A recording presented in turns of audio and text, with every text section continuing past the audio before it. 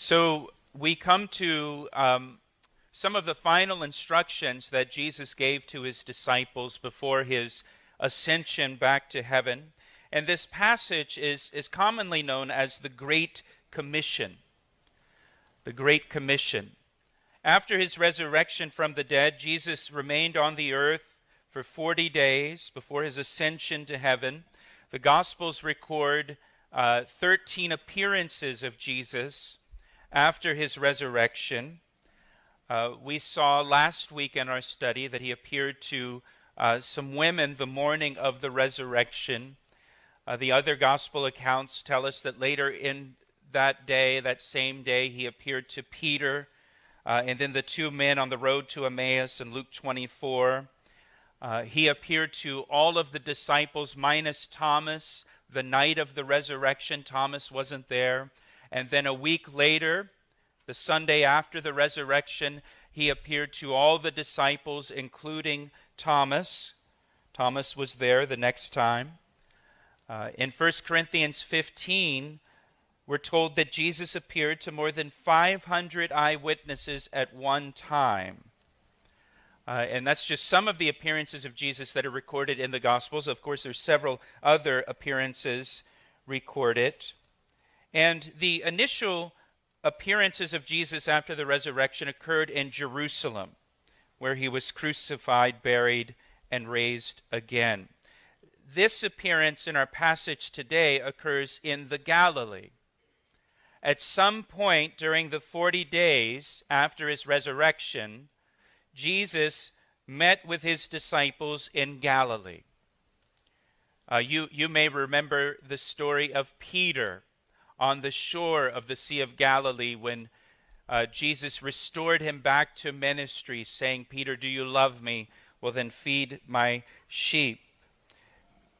And so Jesus initially appears resurrected in Jerusalem, and then in the Galilee, and then actually back in Jerusalem, and Jesus will ascend to heaven from the Mount of Olives in Jerusalem.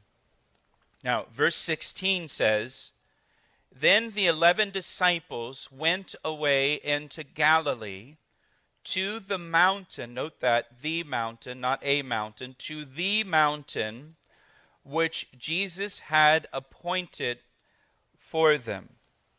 So after the resurrection, the 11 disciples went to Galilee to meet with Jesus there. Remember, there are only 11 disciples at this point because Judas hung himself after he betrayed Jesus.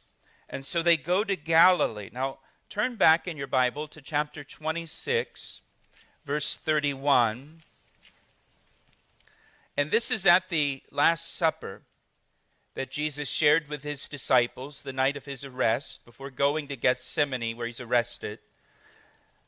Matthew chapter 26, verse 31, Jesus said to the disciples, "All of you will be made to stumble because of me this night, for it is written, I will strike the shepherd, and the sheep of the flock will be scattered.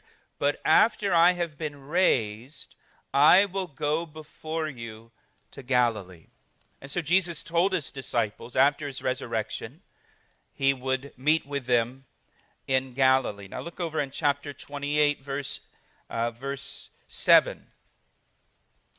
This is the morning of the resurrection when Mary Magdalene and Mary, the mother of James, came to the tomb. And remember, we just talked about this.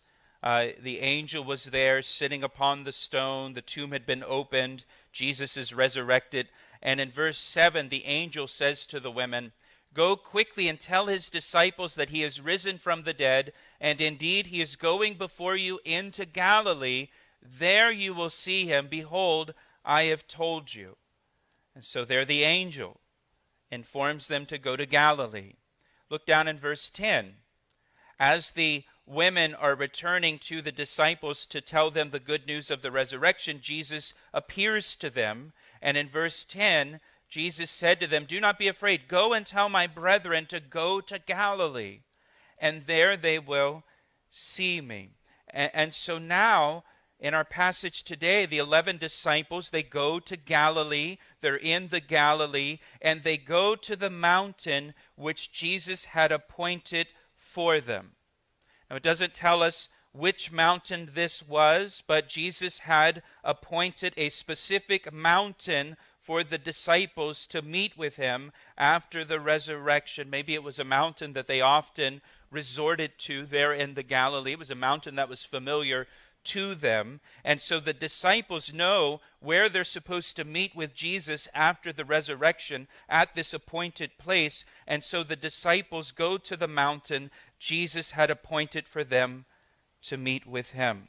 Now, again, it doesn't tell us which mountain it is. I personally believe, personal opinion, that it was a place called Mount Arbel there on the Galilee, because most of the mountains around the Galilee are more just hills, and there's really one prominent mountain on the Galilee there, and it's Mount Arbel. I have a picture for you if you want to see the view. This is the view of from Mount Arbel.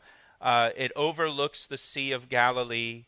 It gives you a bird's eye view of the entire Sea of Galilee, and you see the road that goes along there. That's Highway 90.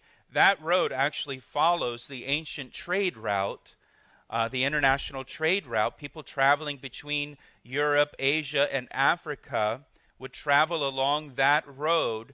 And so Mount Arbel overlooks that trade route. And as Jesus gives the Great Commission, if he gives it from Mount Arbel, he's got this international highway below the mountain, at the base of the mountain, with caravans of people from all over the world passing by beneath them below the mountain. And so if I were Jesus, I would do the Great Commission there. But again, I'm just speculating. The text doesn't tell us the specific location. So if you get to heaven, you find out it was not Mount Arbel, don't say, but Dan said. I'm just giving you my best guess.